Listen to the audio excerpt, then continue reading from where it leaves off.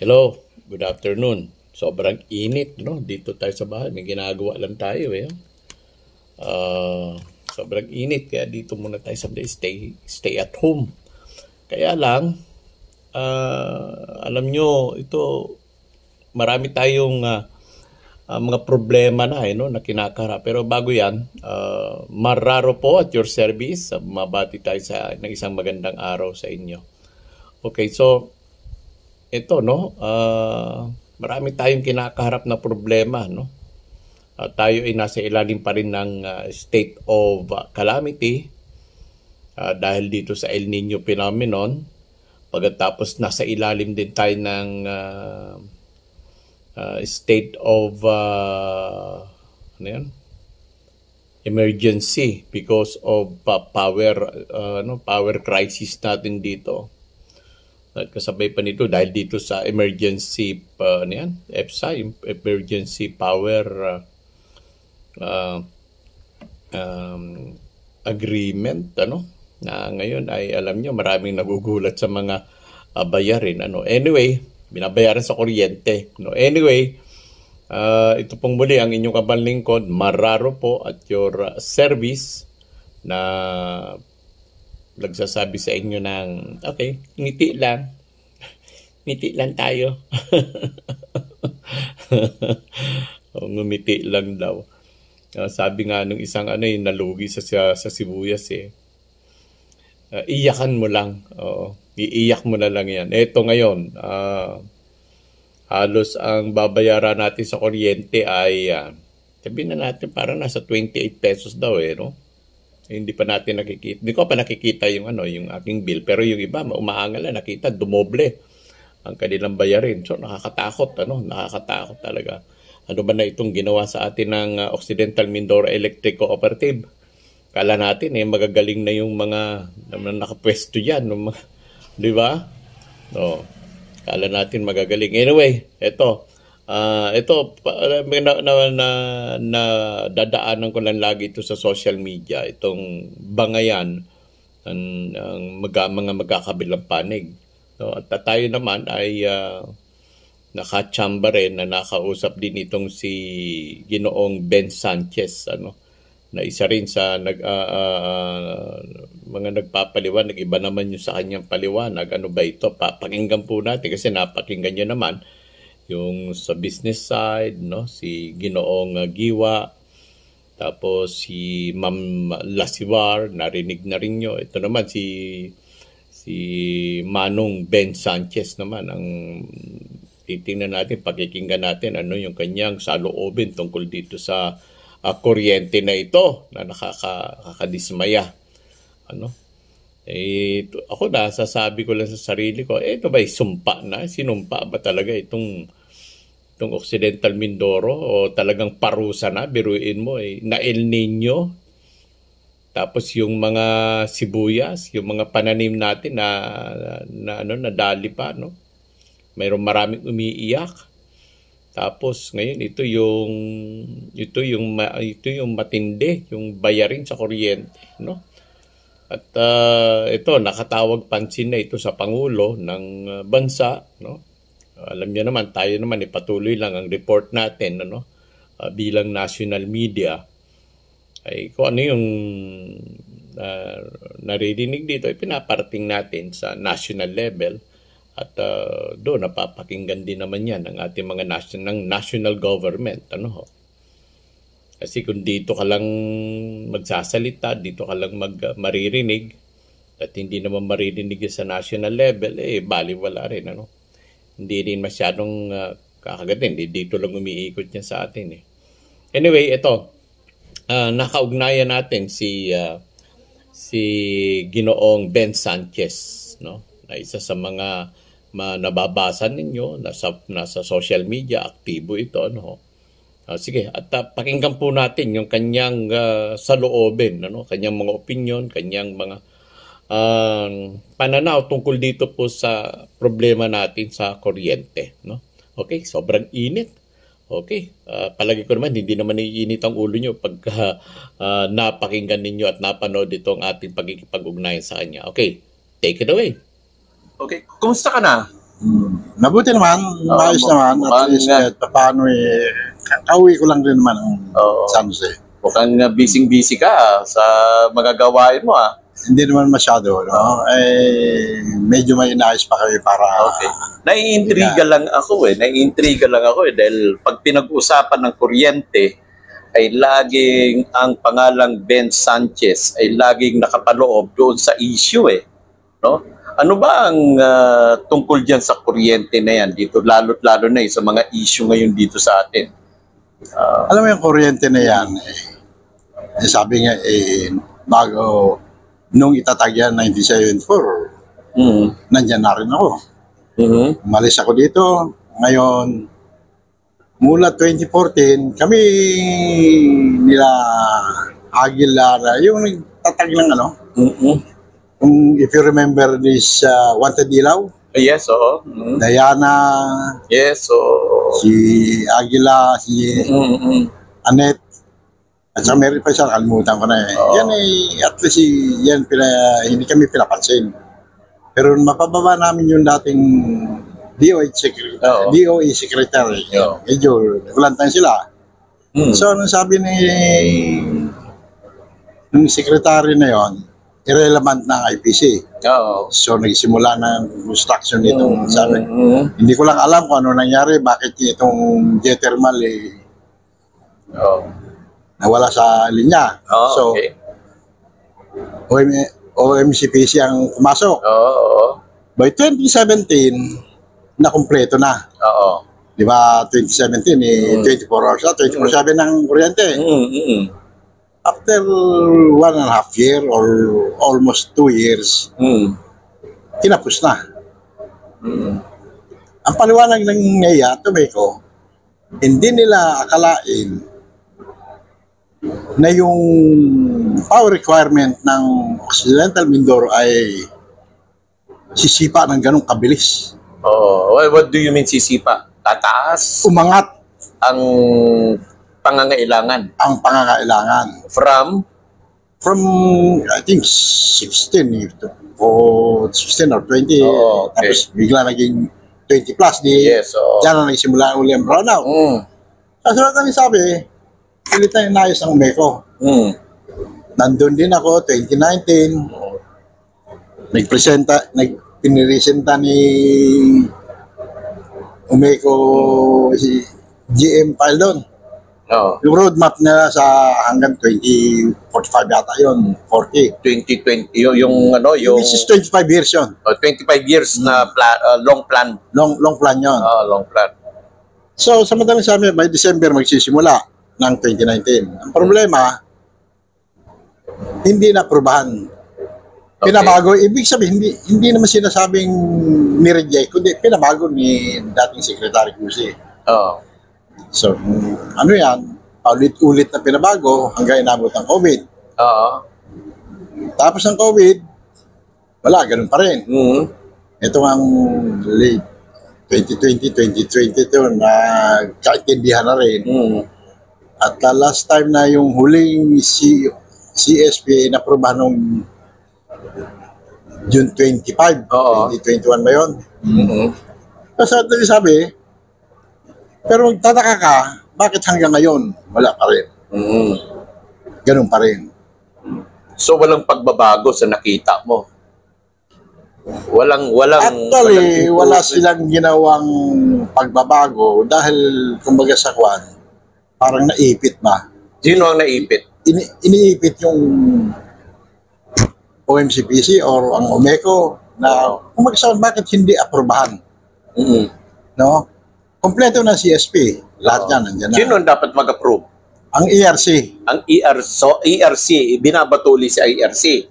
Pabalik-balik na. Pabalik-balik lang. Parang gano'n ang nangyari. So, sa madaling sabi, nung pa namin sinasabi, ang problema hindi sa OMCPC, hindi sa Umeco. Nasa ERC. Nung una, bago bumaba si Debandadera, sinabi na nga na maayos na yan yung solar sa kanila yan dahil talaga magtatagal yan. Okay. So, may bang administrasyon na wala si Kong Nene, Umasa tayo, di ba? Mhm. Na maayos nila yan. Mhm. Ay, hindi naman ayos eh. Ano nangyari? Mhm. Nag-brown out na almost total brown out. Wala nakikipag-negotiate sa ERC. Hindi ko alam kung nakipag-negotiate Oo. or some people do not know how to negotiate or do not know what to do. So, nagkagulo-gulo na. Oo. Hanggang pumasok ang EPSA. Oo. Nung pumasok ang EPSA, doon na nagkaroon. Bakit ito ang tanong ko din bakit kinakailan pumasok ang EPSA dito sa usapin? Sa tingin mo, bakit? Dapat ba na yung EPSA talagang pumasok? Ang sabi nga ni Dr. Gustibulo, pwede namang hindi tayo pumasok sa EPSA. Ang kailangan ng tiyaga at matinding pakiusapan sa ERC. Mhm. Matinding pakiusapan. Ay, hindi. I think Umeco was pushed in the wall. Oo. No? Sinabi na talagang naobliga silang pumirma. Mhm.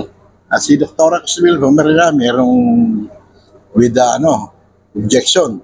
Oh, kasi ganito lumalabas na kapag ka nag-EPSA, pumasok kasi dito yung usapin na ay pinag-uusapan ngayon kung legal ba yung legal ba yung EPSA eh. Ang pagkakalam ko, ang Okay. ERC mismo nagsabi na Oo, hindi legal yun.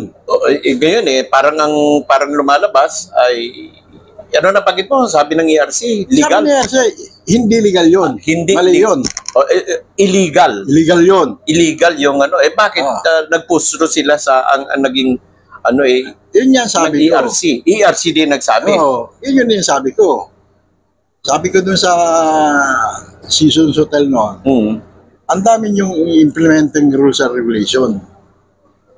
Lahat, kung anong kwentong pinag-isabi niya. Pero in the end, naghihirap ang Oxy. Sobrang mahal ng kuryente. Yes, so magkano Bakit ganon? bang kuryente ngayon? May 20 plus na Hindi, pero. yung wala mo ng EPSA, 11 noon. 11. Mm. Tapos nung pumasok yung EPSA, naging 20. 20. 20. Okay. 21 yata. 21. So, wag na natin yung round na basta 20 na kalang. 20. Round Masakit up na sa round 20. out na natin. So, kung illegal yung EPSA, bakit pinustro? What do you think? Ang sa akin Please yun. Oh. ang sa akin naman kasi, dapat yan nakipag-usap ang leader natin. Ang Leader natin. leader, bakit? Anong magagawa ng leader? Kasi, nung nakaraan, di ba, nakipag-usap dyan di ba si Kong Nene? Oo. Oo. So, sa madaling sabi, wala na si Kong Nene, dapat sila. Ibig sabihin yung tinutukoy mo dito, kung noong panahon ni Kong Nene, si Kong Nene, the former congressman, was the one who is responsible para makipag-communicate at Yes. makipag-deal doon sa higher authority or national government. Oo. And then ngayon, Ay ngayon, dapat Parang- sila. Ang nangyari, bakit ano sa tingin mo, hindi ba sila kumilos? hindi ko alam kung kumilo sila or something, hindi ko alam. Basta, sabi ko lang maring kumilo sila pero hindi na alam kung paano, ano ang sasabihin at ano Oo. pag-uusap ang gagawin. Mm-hmm. Yun ang pwede kong sabihin lang. Mm-hmm. Hanggang ngayon, mukhang lalo lumalala Oh, yes, oo. at meron nakambang. Meron pang additional. Oo. Yung isang, yung Yeah. Ito naman napukor. ito naman si Nea, sabi niya, pinangako niya na, swerte yung Oo. kasi magiging bababa. Sa 10 point something, no? O 10 na lang, random na lang sa 10. Sabi nung Yeah. Nia, Oo. okay. So, Pinalabas naman agad ng kabila. sinong kabila? Yung sa kampo nila Tariela, mismo siya sa Santa Cruz, gymnasium, bababa na lang presyo. Tapos na rin yung problema. May pronouncement sila na gano'n. Meron sila pronouncement na gano'n. Mm-hmm. Ayun pala 90 days pala yan bago implement.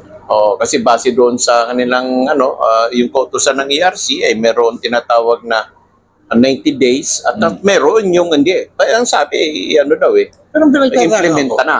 pero ang pinagtataka ko sa ARC, ba't magbibigay pa na sila, bakit hindi immediate na burahin na yung EPSA na yan? Dahil sila rin na mismo nagsabi na illegal yan. So you are asking na dapat burahin na ng ERC. So ang ERC mismo ang magsabi na wala ng Tanggalin EPSA, tanggalin ng EPSA. Oo. Ano yan eh, parang anong nangyari nga ngayon, ibababa, tapos itataas. Eh para namang, parang presyo ng gasolina yan. Kunyari, bababa ng mga ano, tapos, ay ngayon, hindi pa nga binaba ng 10 pesos eh. Oo. May increase na yan. Oo. Yan ang problema dyan. At yung iba naman, may katulad ni yung isang vlogger, Sinong vlogger? si Mark Ibarra. Okay. Alam mo, yung failure ng kanyang amo, abay, Bakit amo? yung failure nila, kung nene binabato. Ibig sabihin yung Yung hindi na magawa, sinisisi nila si nene. Ay, mali naman yun. Imbis na mag-isip ng kung paano maayos ang problema, gumagawa ng humahanap ng scapegoat. So paano sa tingin mo ang dapat na gawin para hindi magbangayan kundi magtrabaho na lang? Anong concrete na dapat gawin o suggestion o dapat na hindi lang suggestion kundi dapat gawin talaga, wag na yung suggestion, dapat gawin ng mga kinauukulan, especially nung nababanggit mo yung mga mga leaders. Then the OMECO itself, the board. Paano ang dapat gawin? Dapat ang board, i-push nila ang ERC. Dahil ang susi na sa ERC. Nagbigay ng ERC ng utusan. Implement eh. Nasa papel ba? Hindi pa ano? Kaya nga sabi ni Calvin Hinotiva, will do what is legal. Yes, oo. Yun ang sabi niya. Sabi ko, patay na ako. Bakit? Ay, kung wala namang nakasulat o implementing rules eh. At parang lumalabas parang parang gentleman's agreement. Parang gentleman's agreement lang. Hindi ako sure sa mga lahat na yun, no? Pero parang gano'n ang tingin ko. Kasi, total, tinatanong mo, yung opinion ko. Pero ang ERC, may malaking pagkakamali. Sa aking pananaw yan. Ano bang mandato nila? To provide uninterrupted power supply in a least cost. Pero pinalaki nila eh. At ang naman, ibig sabihin, they failed to deliver their mandate. At mandate din naman may mandate din naman ng mga member consumer doon sa Magna Carta for electric consumer, parang ganon. Pero ang ginagawang, alam ko dyan, may ginagawa, they do it quietly. Ano yung quietly na yun? Hindi ko, wala pa akong information, pero alam ko. Ano yun? Katulad doon, yung mga member consumer NGO, di ba? Gumagawa sila ng mga petition, mga letters. So, okay. Medyo lilinawin natin dyan. Kasi parang lumalabas, kapag sinabi nating member consumer which is the MCO, ay ito yung grupo na was created by National Electrification Administration, which is headed by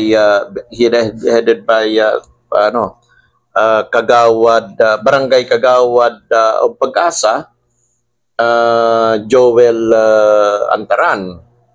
If not mistaken, kung hindi ako nagkakamali lang, ito ay ang presidente or chairman ng naturang MCO na yan ay sila. So, ibig mong sabihin, yung MCO na yan, ni Kagawad Joel Antaran, merong resolutions na pinupusro o may mga planning. Yan ang pagkaalam ko, pero hindi ako sila dahil hindi ko pa naman sila nakakausap. Pero alam ko, katulad nung nakaraan, tahimik lang sila nagtrabaho.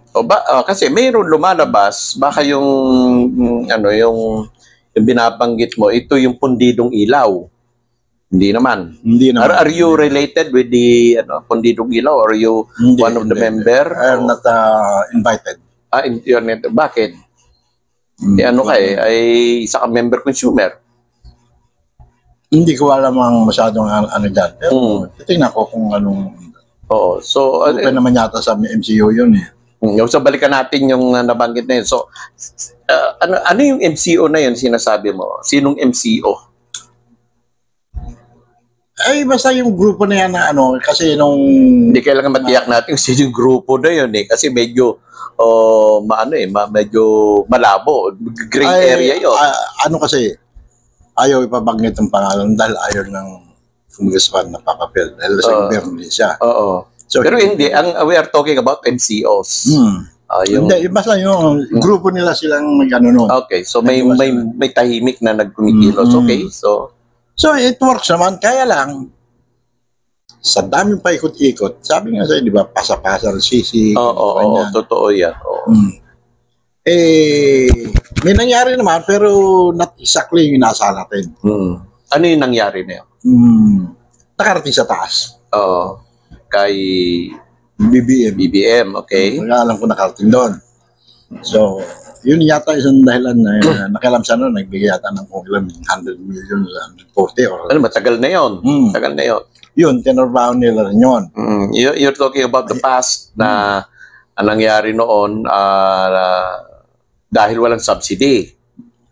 No, not yet. Yung talagang, yung hindi ina-approve ng ERC. Oo, kaya nga kasi hindi nga yung pagkatapos nung ano na yun. Walang pambayad ng napor eh. Yan sabi nila, nagbigay ng 104 million. Ang sabi nila, meron ko narinig na sinasabing wala raw pera ang napokor. Yun nga, sinabi. Kaya tanong naman ni Baba, saan pupunta yung pero hindi, ang sagot na nga nila doon eh, kasi nga tumaas. Para for example, ang budget natin ngayon, mga anak, ang budget natin ngayon para sa pagkain ay 100 pesos. So isang buwan yan. Ngayon, ay tumaas ang bilihin, na imbis na babili natin yung bigas ng 50 na para pagkain natin, ay naging ano na lang, naging 80 na. Parang ganun. Ayun nga. Kaya nga, maganda yung sinabi mo na yun. Kaya nga, nangyari sa ano, ay wala na constraint yung budget, di ba?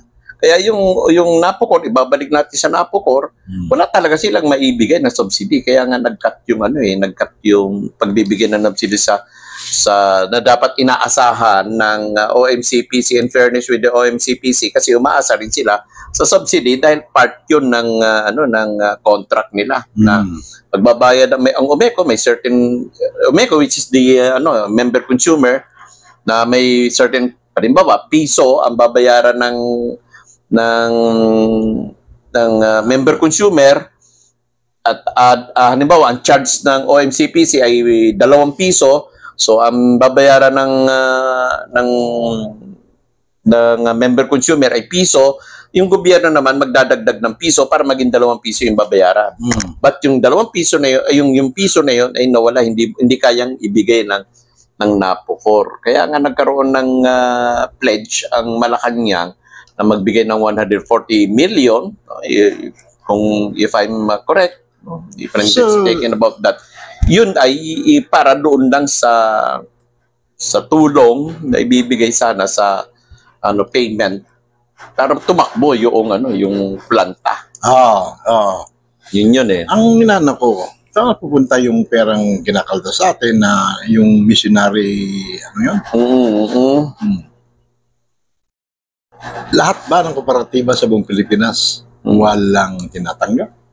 Pero kasi kung bagay na yan, masyadong mga mataas na technical na usapin niya, kailang upuan natin yung bagay na yan. Hindi natin alam, no? Kasi kahit na erase natin yung problema na yan dito, hindi din natin masasagot dito. And no one can answer that. No? At walang sasagot niyan. Kahit sa parte ng ang lang natin, para lumalabas dito na yung mandato na pinagmamalaki ng ERC, hindi lang nagagawa. So, okay. Parang para sa akin lang they are inefficient.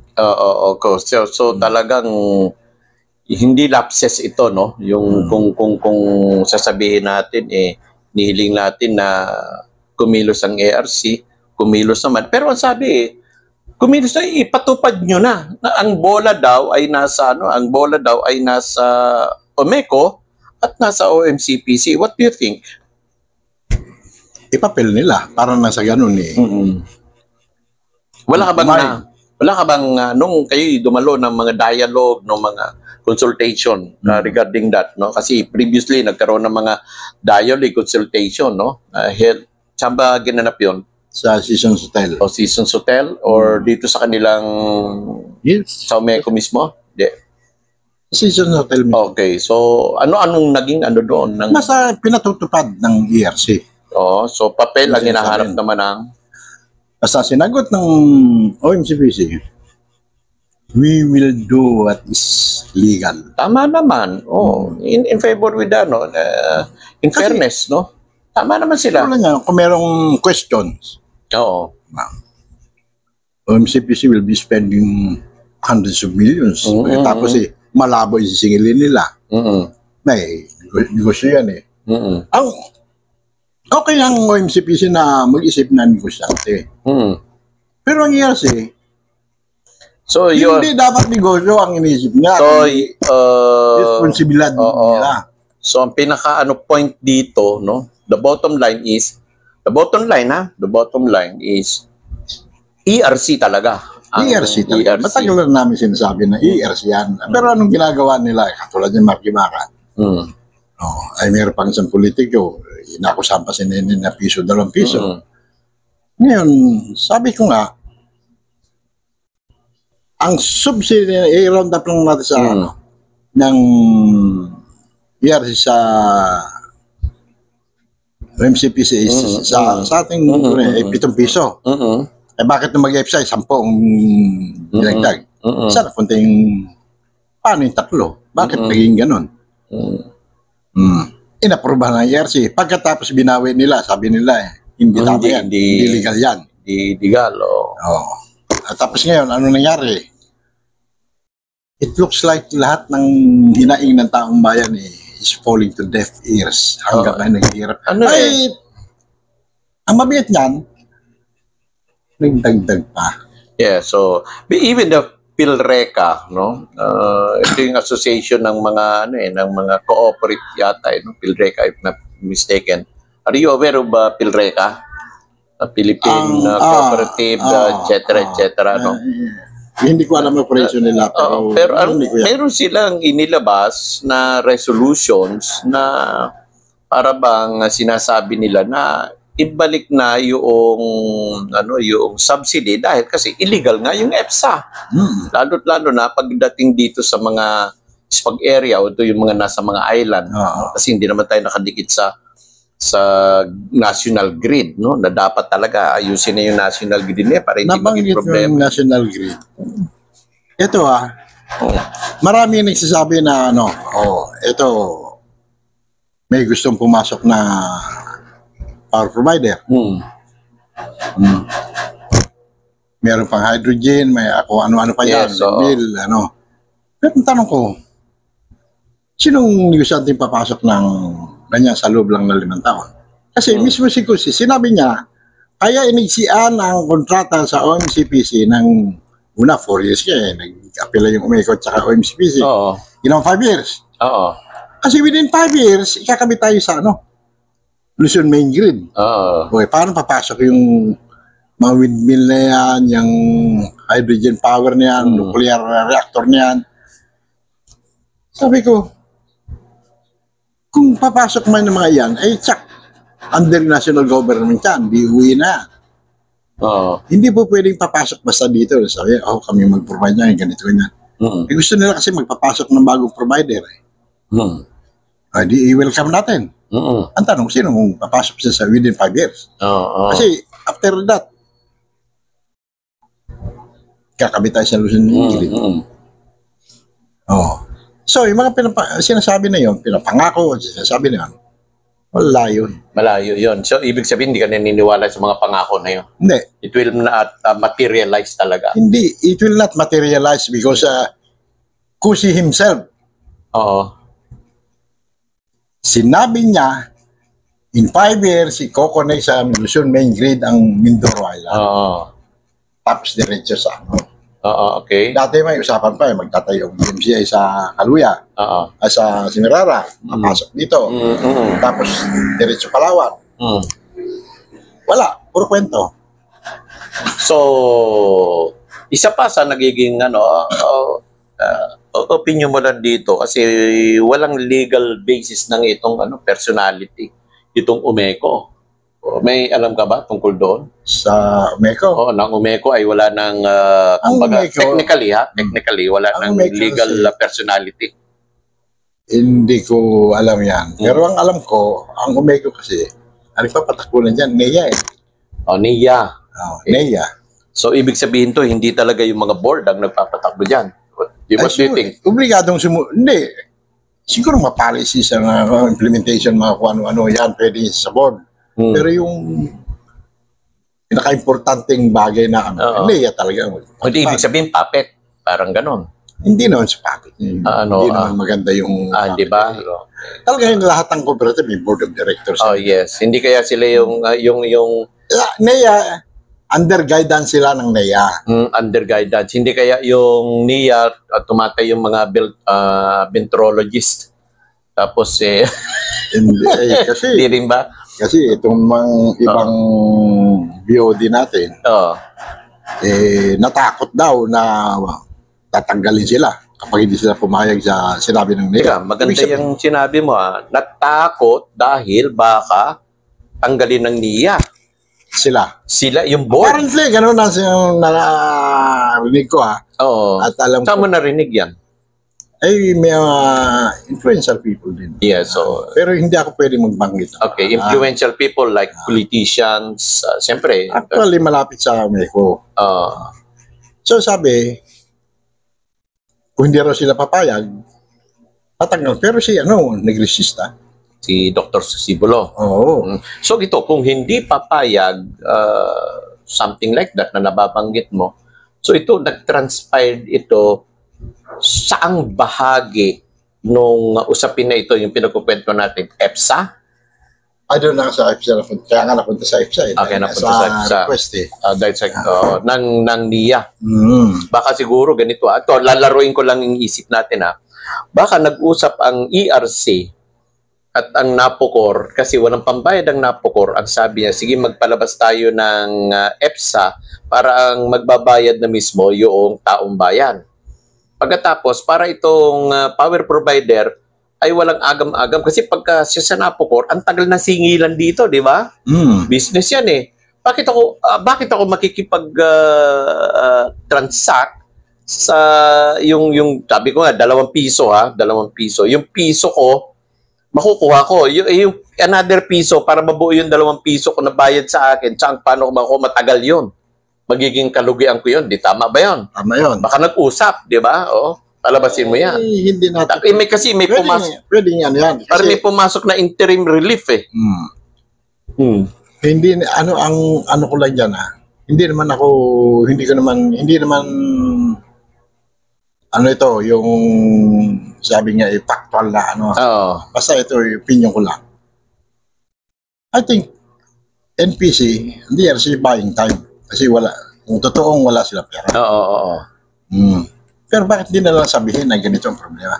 So, umiiwas sila sa responsibilidad. Sa pag-iwas nila sa responsibilidad na yan, ano sa tingin mo? Ay, nasaktan ng taong bayan. Ikaw ba, magkano binabayaran mo ngayon? Sige, pwede ka dumaan, bro. Daan ka. Say hi naman. Hindi, huwag ka yuko ka pa eh. Nakita rin naman yung likod mo eh. Sunod sabi, yung sinasabi ko, lahat yun hindi ko conclusive, no? Ito ay opinion lang na pinag-usapan. Sa importante dyan, dapat yung mga leader natin tumilos. So, kung hindi nila kaya, sabihin na nila. So, binabato mo na ngayon, pinaka-pinali, no, na it's the political... Malaking kasi malaking responsibilidad nila. Kasi sila, nung si Kong Nene, lahat ng pagsisi, tinapon nila kay Kong Nene. Bakit? Ay, hindi raw magawa-gawa na mapatino ni Kong Nene ang kuryente. So sabi niya ng Nene, ay kung magaling sila, di sila ang gumawa. So nagkaroon sila ng chance na makaposto. Grupo pa. Yes, Anong nagawa nila? So you think or hindi, sa tingin mo na lang failure ang leadership ngayon? Parang gano'n na nga. Hindi, Sa akin. direct to the point. Oh, gano'n na nga. Ganun. Hindi, Wala silang nagawa. walang nagawa. Walang nagawa. O walang ginawa. Walang nagawa o walang Pero ginawa. in fairness man, para hindi masak, wala silang nagawa. Okay, walang nagawa yung May mga ginawa siguro, pero wala silang nagawa. Wala silang nagawa. may ginawa pero walang may ginawa pero walang nagawa. Ang mga present leadership ng Ng Oxy. ng Oxy regarding this problem na kinakaharap natin itong power Yun supply. Parang kinakabahan ako nga dyan sa magkakaroon pa ng... Bakit ka kinakabahan? Ano yung kaba na yun? Baka humaba pa yung Yung EPSA na yan, definitely makamatapos yan. Pero pag angat ng baka at saka yung sa operation ng magkakaroon pa ng mag-TRO pa yan, mag-apila. Tawag dito. Kasi nga naman, kapag may EPSA, sureball ang bayaran. Imbis na yung kapart natin dito yung gobyerno na magbabayad, hindi na. Hindi na. So, baka pangabinad natin. So, papasok na tayo doon sa talagang ang natin, 28 plus pesos ang babayaran, idadagdag sa, ang babayaran nating rate. Imagine. Hindi naman siguro dapat mangyari yung ganang 28. Sa ngayon ay kung 20 ngayon. Plus yung sa Napocor approve. It's either. It will not last hanggang May lang siguro yan. Pero, kung it will last only until May, bakit pa tayo nag-iingay? Bakit pa kayo nagrereklamo? Ano yan, masakit-sakit din niya kahit na isang buwan lang yan naman, siyempre. Kasi kung ang sinisweldo mo ay 10,000, sabihin na natin, 10,000, meron kang income na 10,000. Tapos, malaki na yung sa ordinaryong mamamayan. Malaki na yun. Tapos ang kuryente mo ay 5,000. Hindi meron ka pang 5,000 na paghati-hatian for food, shelter, clothing. Huwag tayo doon pumunta sa 10,000. Doon sa minimum. Ang minimum. Wala akong idea. Minimum yata 350. Sige. Sabihin ng pinakamaano yan, 8, ganyan, 8,000. So sa 8,000 na yun, alisin mo na yung bigas mo. Foods. Isang kabang, 2,000. Pagkain, kuryente. Ay trending ng ngayon yung load para sa mga estudyante. Para pambaon ng mga estudyante. Sabi nga na iba, dati nag-uulam sila ng tuyo. Ngayon, bagoong na lang. Ito nakakalungkot nga dito ito yung pabatid nila na simula ngayong April 2024, yung billing period daw ito ay tataas ang subsidized approved generation rate nila na aabutin daw ng 7 pesos and 39 centavos mula sa dating 6 pesos nung nakaraang taon. Subsidized. Ang pagtaas na ito daw ay base sa inaprobahang petisyon. Ang nagpetisyon dito ang National Power Corporation na sa Energy Regulatory Commission sa ERC noong September 29. 2021 pa.